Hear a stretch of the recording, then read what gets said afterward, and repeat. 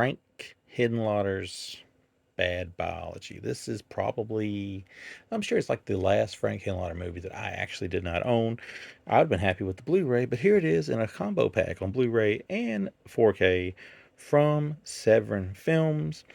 Nice little cover there. I believe this movie was originally released by Shriek Show, I think, and I reviewed the movie for like the Old Horrorphilia podcast way back in the day. Since then, that disc is well out of print, and I was always hoping to run across it. So I was pretty thrilled and surprised when Severin announced they were releasing this on 4K. Um, it looks good too, by the way. I will say that the colors are strong. I don't really know the technical stuff of 4Ks and Blu-rays. I just know if it looks good or if it doesn't look good, and this looks really nice. Probably from my memory, which it's been probably over 10 years since I last watched this, it looked way better than the Old Shriek Show DVD. There's what you get. You get just two commentaries on the Ultra HD disc. The Blu-rays loaded with tons of interviews and whatnot. A lot of retro ones that's carried over, I think, from the previous set. Maybe they dug them up. I'm not sure. Described as vulgar, vivid, and downright hilarious. I would agree. So I'm going to try to review this movie in the most PG way possible because, well, it's dealing with a lot of sexual stuff. But you have your main lead girl who she's a photographer. She has. Can I say the C words on this? The women's part starts with a C. Don't want to say it in the video. She has at least six of them. She's sex crazed maniac basically. She has sex with random guys. Some of them she ends up killing by mistake. Some of them, she has to whatnot. We learn that story pretty early on. Um, right after she has sex, she usually ends up getting pregnant and delivering a mutant baby within a couple hours, and she has to dispose of the baby. So she's basically on a journey to be fulfilled and satisfied.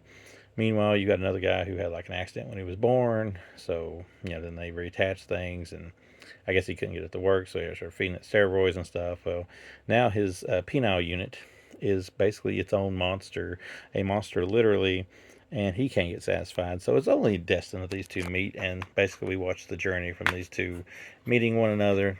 There's blood, there's a whole lot of sex, a whole lot of nudity. It is very raunchy. It's very Frank Henenlotter. There's no reverse cover there. But yeah, it's one I recommend. Um, this little art here should give you a good indication of what you're going to see in this film. But the acting's good. The lead chick, well, hey, look, the male people strike again. Look at that. The lead chick's name is like Charlie Danielson. So it's like a combination of Charlie Daniels and Brian Danielson in my mind. But either way, don't know what happened to her. Have not been able to track down any other info on her. Really good actress. I feel like she could have had a real future in these type of films or horror in general, but she seems kind of bounced after this one. Also, this movie has some kind of a weird undertone hip hop theme. It's like Jedi Mind Trick make a cameo here, and there's like other rappers and producers and very Brooklyn style rapping theme here. You know what I'm saying? Like that type of stuff's in it. But yeah, Bad Biology. 4 out of 5 for me. I know a lot of people probably will not rank it nowhere near that high, but it's just so out there that you gotta love it, and there's really nothing like it. And this comes from a guy who made Basket Case and Frankenhooker and you know all that good stuff, Brain Damage. So yeah, Bad Biology.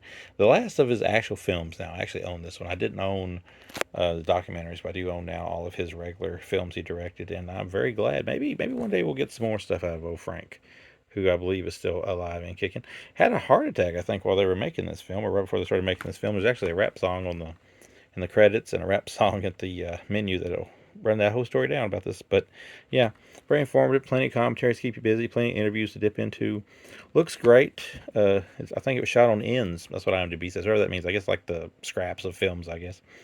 But yeah, if you've never seen it, give it a watch. It is pretty great if I do say so myself.